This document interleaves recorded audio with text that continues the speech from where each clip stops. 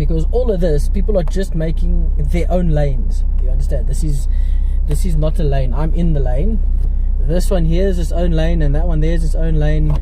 And behind me, there's some oak that decided, you know, gonna make their own lanes, and it's absolutely amazing. So there must have been a moose accident on the highway, because we've had to find alternative routes. So, excuse me, I'm still stuck in traffic, which is great. I love it. And yeah, not much I can say about that. So now it's the I need to turn this fan. It is hot.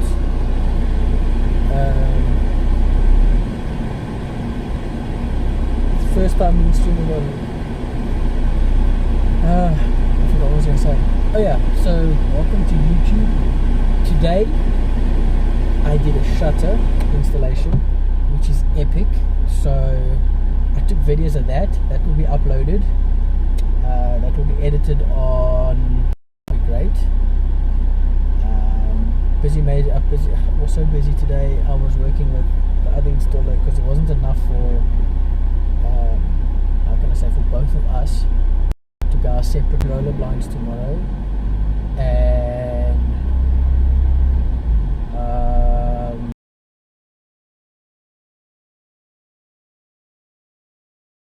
16 roller blinds and another 5 rollers, and then another 1 roller blind. So all in all, 22 or 23 blinds in total, which is pretty fun. I mean, work is work. I really can't complain. I'd rather be busy on a Friday and get it done and just get to go home, you know, not be at the office, which is always fun. So no complaints about that. So today, as you can see, I still got the pictures in the back. Mother never came to collect, so unfortunately that is what it is. And she said she will be coming at the end of today, which is great. And that will be out of the Bakkie, because it's really calm. It's really fun to be driving with all that stuff in the car. So right now, day is done. We installed, what was my day today? I installed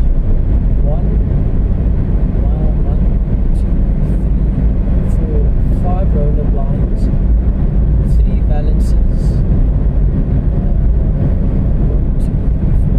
7 shutter panels, and then we programmed another job. I had to go to another job and we programmed a whole lot of remotes because there was something happening. I don't know what the oak did, but he messed up the programming of his motorized blinds, which I sorted out for him. Hunky dory, no problems.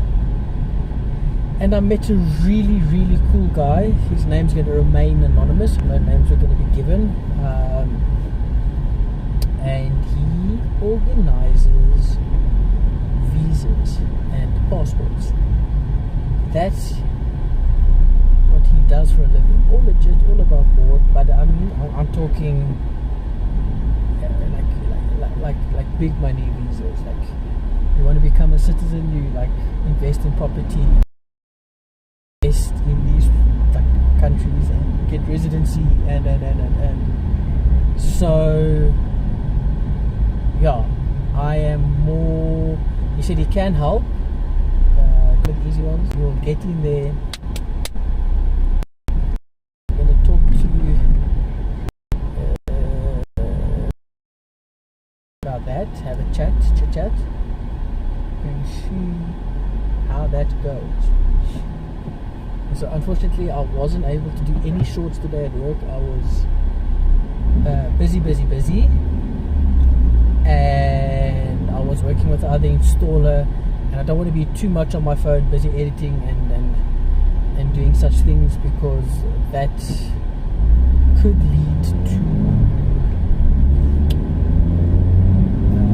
complications. Let's just use it. Complications as a nice term. It could lead to that.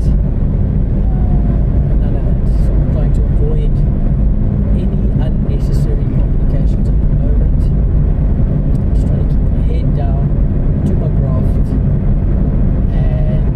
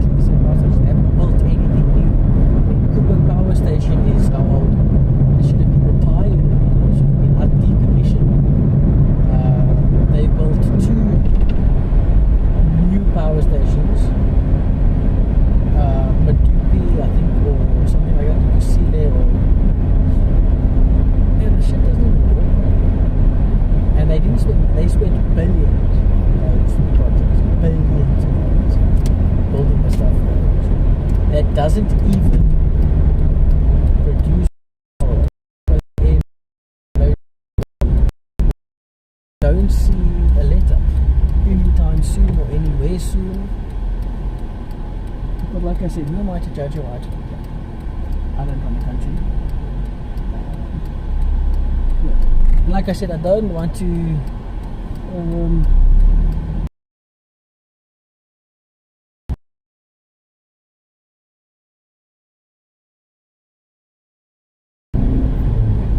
about politics. You've got to be it's a very delicate subject, you know what I mean? It's very touch and go, it's very like I said, my personal opinion is of such that I doubt it's going to get better.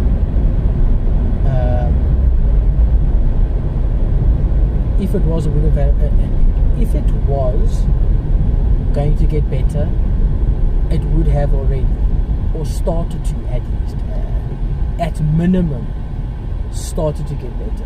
But it's just those days. I mean, point in case. In winter, load shedding was stage 2, stage 3, stage 1. Winter is now over. It's coming into spring, and we're sitting on stage 6. So it's double. We're using less power.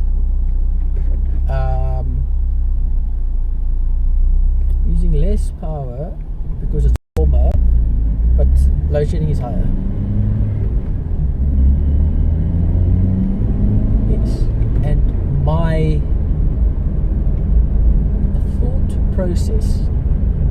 thought processes around that is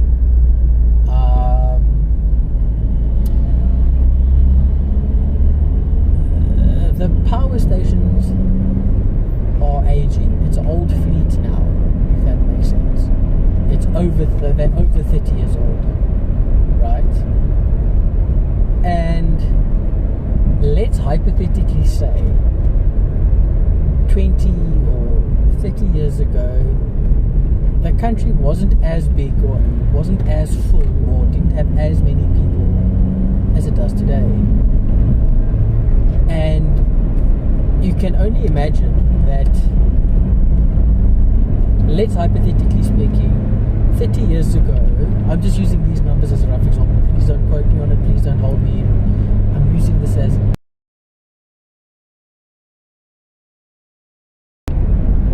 survive, to run, right? 10 megawatts of power. I'm using that as an example. So then they had a fleet that could produce 20 megawatts comfortably. This is my thought process behind it. So your fleet is always running at half capacity. Maybe they even had 30 megawatts of generation capacity, so it was only running at a third of its capacity. So the country needed 10, they had 30 megawatts of capacity at hand. There was room to play. You know, okay, these units need to be serviced, these ones can be worked harder, or these ones can be put online while they service, blah blah blah blah blah. But as time has progressed, no new generation power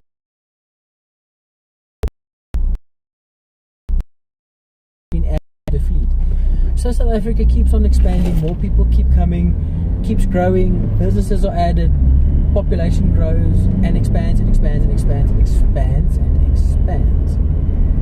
So now you get power creep. So you needed 10, then over X amount of years you need 15, then over a couple more years you need 20, a couple more years you need 22, and so it creeps up generally higher and higher.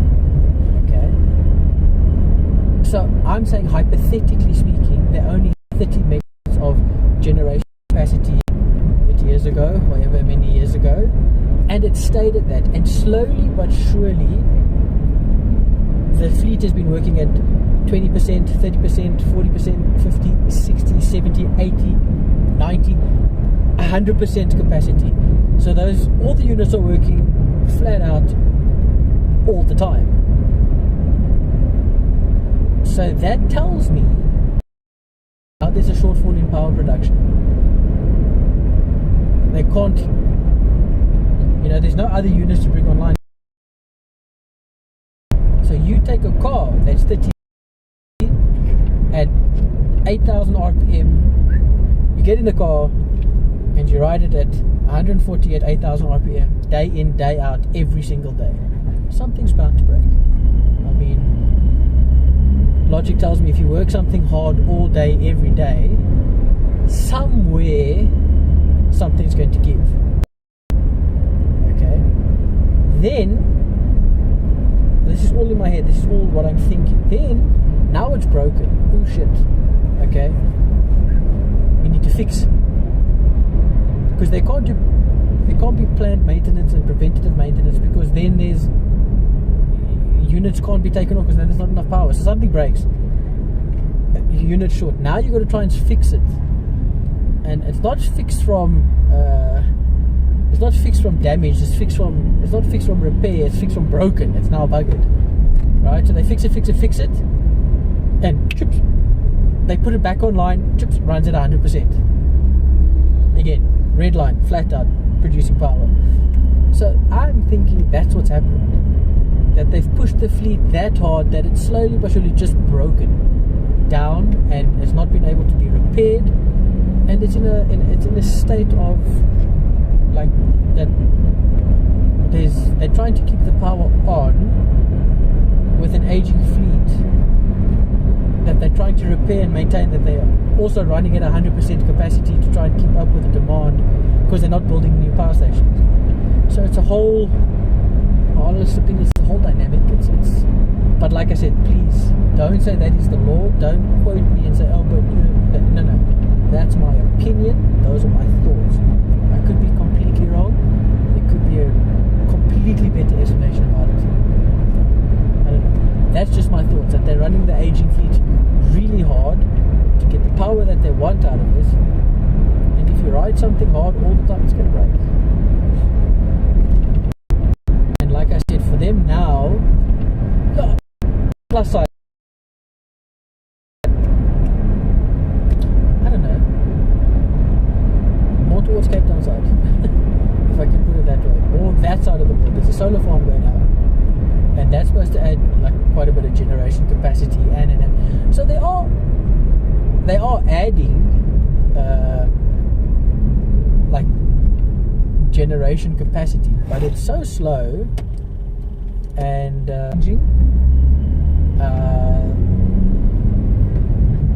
unless something drastic happens, and by drastic I can't even imagine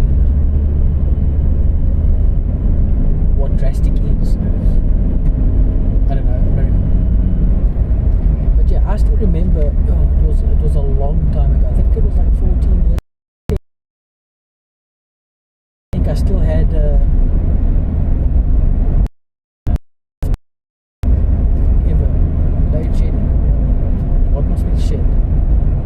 and I still remember my PC was an AMD Barton CPU. You got the AMD Athlon, Duron, and the Barton CPU. That thing could be overclocked. You had to draw in with pencil over the jumpers to get more voltage. That was amazing back then.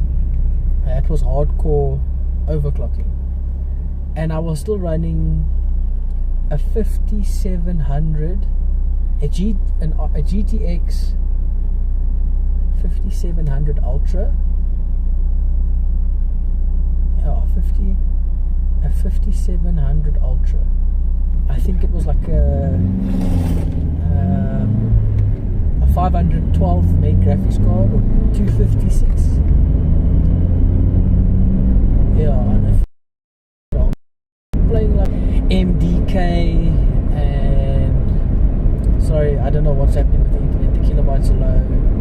I'm sitting at like 177 kilobytes. The stream's probably up to shit. I'm sorry about that.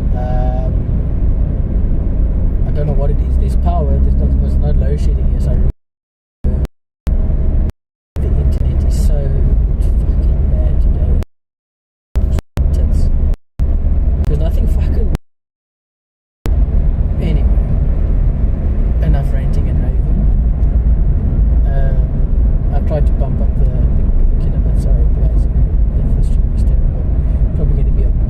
ton of drop frames. Oh well, it is what it is. So yeah, as I was saying, I was playing on a 5700 Ultra. I think I still had like a 120 gig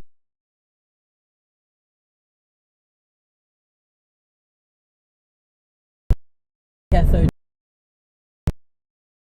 light, and they were like neon, like cold cathode tubes, like the halogen tubes that you've got in your kitchen, those kind of globes, but little ones.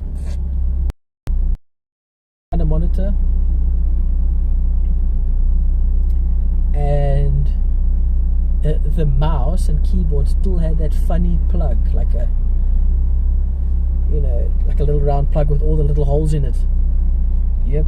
And if you pulled that shit out while your PC was on, boy, you blew up the ports were, computer was not happy with you. Yeah, the computer was not happy. I had a USB to,